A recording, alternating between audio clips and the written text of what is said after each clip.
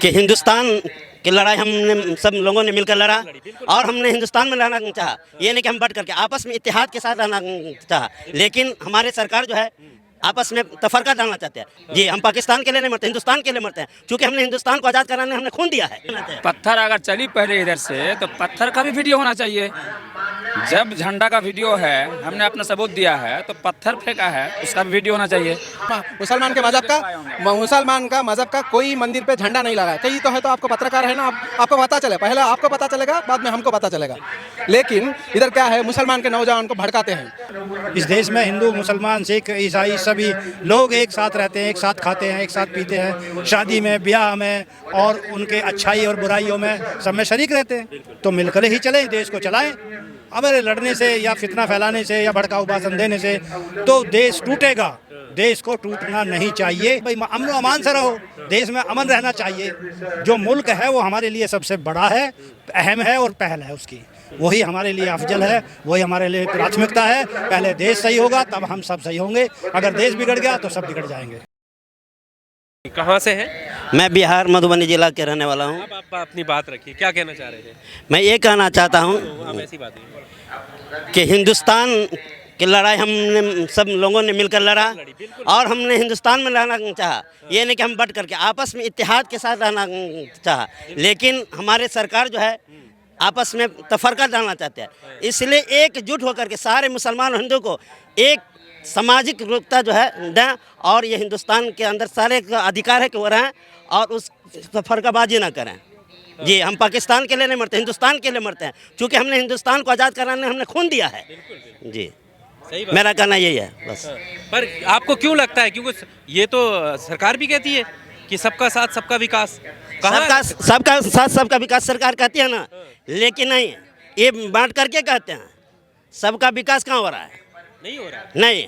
क्यों? कौन सी योजना में आपको लाभ नहीं मिल रहा है? अगर सरकार की कोई योजना हम लोगों को बहुत सारे योजना में बहुत कम लाभ मिल रहा है, जो लाभ मिलना चाहिए वो लाभ नहीं मिल रहा है। पर यहाँ पर देखा मुसलमानों को पाकिस्तान का नाम लेते ही बदनाम कर दिया जाता है। हाँ, पाकिस्तान, ये जो पाकिस्तान को नाम लेकर मुसलमानों को बदनाम किया जाता है, ये गलत है। मुसलमान पाकिस्तान को कभी नहीं देखना चाहते हैं, बल्कि हम हिंदुस्तान को देखना चाहते हैं कि हमने हिंदुस्तान में पैदा हुआ, हम हिंदुस्तान में अच्छे तरीके से अपनी ज़िंदगी गुजारना चाहते हैं। जी, तो अभी मोदी जी की बातों पर भरोसा नहीं होता कि मतलब वो मुसलमानों को आगे बढ़ाने भरोसा इसलिए नहीं हो रहा है कि मुसलमानों को जो है गलत चीज़ों में गलत बेफायदा के फंसा कर मुसलमानों को जेल में और कैद में डाल रहे हैं।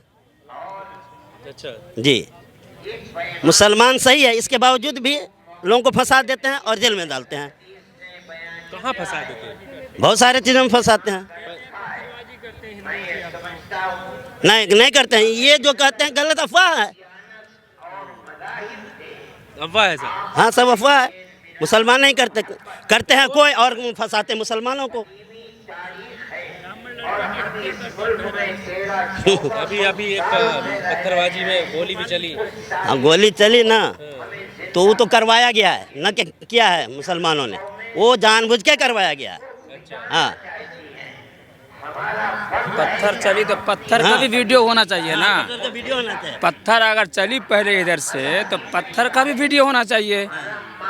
जब झंडा का वीडियो है, हमने अपना सबूत दिया है, तो पत्थर फेंका है उसका भी वीडियो होना चाहिए। जब आप चल रहे हैं, हर चीज़ का सबूत होना चाहिए। आपका सबूत कहाँ है? आपका सबूत तो है नहीं। सिर्फ मुसलमानों को कैसे फंसाया जाए, कैसे क्या किया जाए, उसी चीज़ की सिर्फ बात हो रही है। थोड़े लोग हैं मुसलमान को भड़काते हैं। मुसलमान को अच्छे मुसलमान जो है किसके मज़हब पे नहीं लेते, उनका काम खुद कर लेते हैं, दूसरों की मदद करते हैं, दूसरों से मज़हब से नहीं लेते। दूसरों लोग आके मुसलमान के नौजवानों को भड़काते हैं। कहीं भी देखो मुसलमान के नौजवान कैसी मंदिर पे चढ़ के झंडा लगाया, किसी का झंडा लगाया नहीं। हमको मुसलमान का मज़हब का कोई मंदिर पे झंडा नहीं लगाया। कहीं तो है, तो आपको पत्रकार है ना, आपको पता चले, पहले आपको पता चलेगा, बाद में हमको पता चलेगा। लेकिन इधर क्या है, मुसलमान के नौजवान को भड़काते हैं। वो हिंदू भाई नहीं है, उसमें भी कोई है, उसमें घुस बैठ के है, वही भड़काते हैं। हिंदू भाई आम तौर पे इधर रहते हैं ना, मुसलमान से भाई मिलके वो लोग नहीं करते। वो लोग का मज़हब से कोई मतलब नहीं है। वो लोग का काम है उगलाना, पत्थरबाजी करना, इससे राजनीति के रोटी सेकना। यही उनका काम है, वही चल रहा है। उनको सपोर्ट दिया जा रहा है, राजनीति से सपोर्ट दिया जाता है, अंदर से सपोर्ट दिया जा रहा है, इसलिए वो लोग ऐसा करते हैं। तुम्हारे पीछे है, मैं चलो, मैं देख लेता, ऐसा ही बोल रहे हैं। हमारे मज़हब में ऐसा नहीं ना, मुसलमान मज़हब में ऐसा नहीं करते। कोई भी मुसलमान मज़हब ने कहाँ देखा कोई भी झंडा लगाया मंदिर पे चढ़ के मुसलमान कोई पत्थरबाजी क्या करते हैं? दो चार लोग वो मार रहे थे, कोई नौजवान भड़कता ना, इसलिए वो कोई भी गुस्से में आके पत्थरबाजी ये भी करता। पहला शुरू करता कौन? अब योगी जी कह रहे हैं कि बटोगे तो योगी जी ने उनका पुराना वो यजुर्वेद पुराण वेद है ना, वो योगी जी ने पढ़ लिया तो मुसलमान के पीछे वो भी आए थे। अच्छा, मुसलमान के पीछे वो भी आए थे। वो यजुर्वेद पुराण में कहता है, कुरान में जो बता है वही है। कुरान में जो ये बताया है वो यजुर्वेद में है। पुराण जो वेद है ना, उनके 4 वेद है ना, और ऋग्वेद, वो सब योगी जी दिमाग लगा के पढ़ लिया तो वो भी मुसलमान के पीछे आ जाते। उनको मालूम है, लेकिन उन्होंने राजनीति में आगे चलना है, इसलिए ऐसा कर रहे हैं। तो ये कहते हैं सब सनातनी है। सब सनातनी किधर से आया है? सनातनी पहला मज़हब है, दुनिया में पहला मज़हब है, मुसलमान का मज़हब है। आदम अलैहिस्सलाम लेके आए, वही तो है, उसके औलाद है, हम सब औलाद है, वही भी उनकी औलाद है, हम भी उनकी औलाद, आदम अलैहिस्सलाम के औलाद है। सनातनी धर्म इधर से शुरू हुआ। ये बीच में इन राजनीति के लिए सनातनी धर्म में उन राम के जो राम युग पुरुष है, वो क्या कहते हैं? पत्थरबाजी करो बोल के है। उन्होंने शबरी माँ का झूठा बेर खाया हो। राम ने शबरी माँ का झूठा बेर खाया, ये खाओ बोलो, कोई उचित का झूठा बेर खाओ बोलो, नहीं खाते।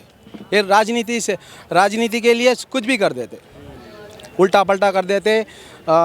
हिंदुस्तान को 50-50 करना चाहते हैं, फिर से 50 करना राजनीति के लिए ऐसा ही करते हैं वो लोग। उनसे मतलब नहीं, कोई भी आपस में मोहब्बत से रहे तो कोई मतलब नहीं, कोई सब भी मिल जुल रहे तो उनसे क्या लेना देना। इसलिए उनसे लेना देना है तो पत्थरबाजी करना, आपस में दुश्मनागी लाना, यही उनका काम है, इसलिए वो आगे बढ़ रहे हैं। माशाल्लाह प्रोग्राम अच्छा है और यहाँ से ये संदेश मिलने वाला है कि हम सब लोग आपस में भाई भाई हैं, प्यार और मोहब्बत से रहें और इस देश के अंदर भी प्यार और मोहब्बत से, सुकून से, शांति से रहें। आपस में ना इत्तफाकियाँ ना करें, एक दूसरे के खिलाफ आवाज़ें ना उठाएं।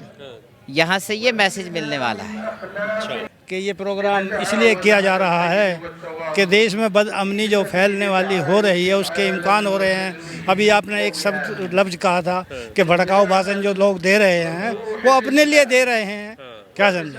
जो ना समझ आदमी उनके भड़काऊ भाषण से भड़क जाए, वो गलती करते हैं। भड़कना नहीं चाहिए, देश को एक रखना है, हमें मिलजुल कर रहना है और सदा से रहते चले आए हैं, सदा रहेंगे इस देश में।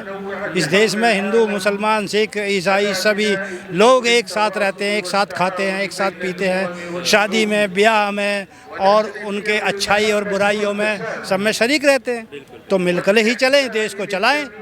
हमारे लड़ने से या फितना फैलाने से या भड़काऊ भाषण देने से तो देश टूटेगा, देश को टूटना नहीं चाहिए।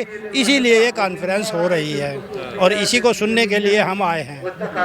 पर मैसेज तो ये दिया जाता है कि मुसलमान एक साथ आकर के ये दिखाना चाह रहे हैं कि ये बहुत बड़ी तादाद में है। हमारा दीन इस्लाम ये कहता है कि जब हमारे पेशवा यानी हमारे बड़े आलिम दीन हमको बुलाएं तो हमको हर बात में, अच्छाई की बात में, बुराई की बात में नहीं, अच्छाई की बात में हमें उनके साथ जाना है। उनके बुलावे पर हमें लब्बैक कहना है, यानी यस कहना है।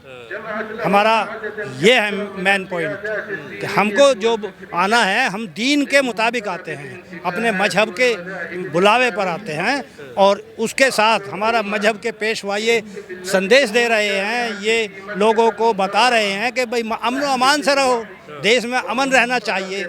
जो मुल्क है वो हमारे लिए सबसे बड़ा है, अहम है और पहल है उसकी, वही हमारे लिए अफजल है, वही हमारे लिए प्राथमिकता है। पहले देश सही होगा तब हम सब सही होंगे, अगर देश बिगड़ गया तो सब बिगड़ जाएंगे। क्या अभी देश में अमन और चैन नहीं है?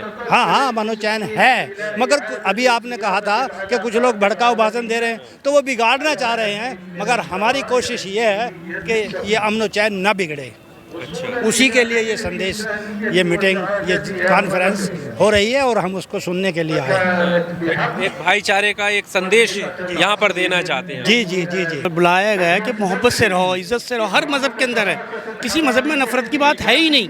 दुनिया के अंदर किसी भी, चाहे आप क्रिश्चियन लें, हिंदू, सिख, ईसाई, मुस्लिम, कोई भी मज़हब ले लें, किसी में नफ़रत की बात सिखाई नहीं है। ये तो एक सियासत है और अपनी रोटियां सेक रहे हैं और आए चले गए। दुनिया के अंदर कोई भी हुकूमत सदा नहीं रही है। आप जो बोओगे वही काटोगे। याद रखिएगा, आप ये नफ़रत का बीज बोओगे, नफ़रत काटोगे, प्यार बोओगे तो प्यार काटोगे। ये दुनिया का असूल रहा है। दुनिया का किसी कंट्री चला जाइए, मैं फ़ॉरेन गया हूँ, सब जगह गया हूँ, लेकिन नफ़रत का हर जगह का अपना अपना एक वो है, स्टेटस बना रखा है, एक अपनी क्वालिटी बना रखी है। इंडिया में, एशिया की कंट्री के अंदर ना, रिचेस्ट कंट्री जो है ना, आर्म्स बेचते हैं। आजकल के नेता तो ये तक कह रहे हैं बटोगे तो कटोगे। नहीं, ये तो सब बेकार, ये सिर्फ टेम्परेरी, सदा कोई नहीं रहा है। ये जैसे अब इससे पहले कितनी हुकूमतें रहीं इंडिया के अंदर, रही नहीं रहीं, सबको मालूम है, लेकिन वो कहाँ हैं आज? वो गलत काम करा तो आज चले गए। ऐसे ही इनको हर एक का एक टाइम है। एक इंसान पैदा हुआ है, जिंदा रहा है, और अच्छे अमल करेगा तो याद करेगा, बुरे अमल करेगा तो वो लोग सब गालियाँ देंगे। ये इंसान के साथ लेसन्स नहीं सीखा अभी तक हम लोगों ने।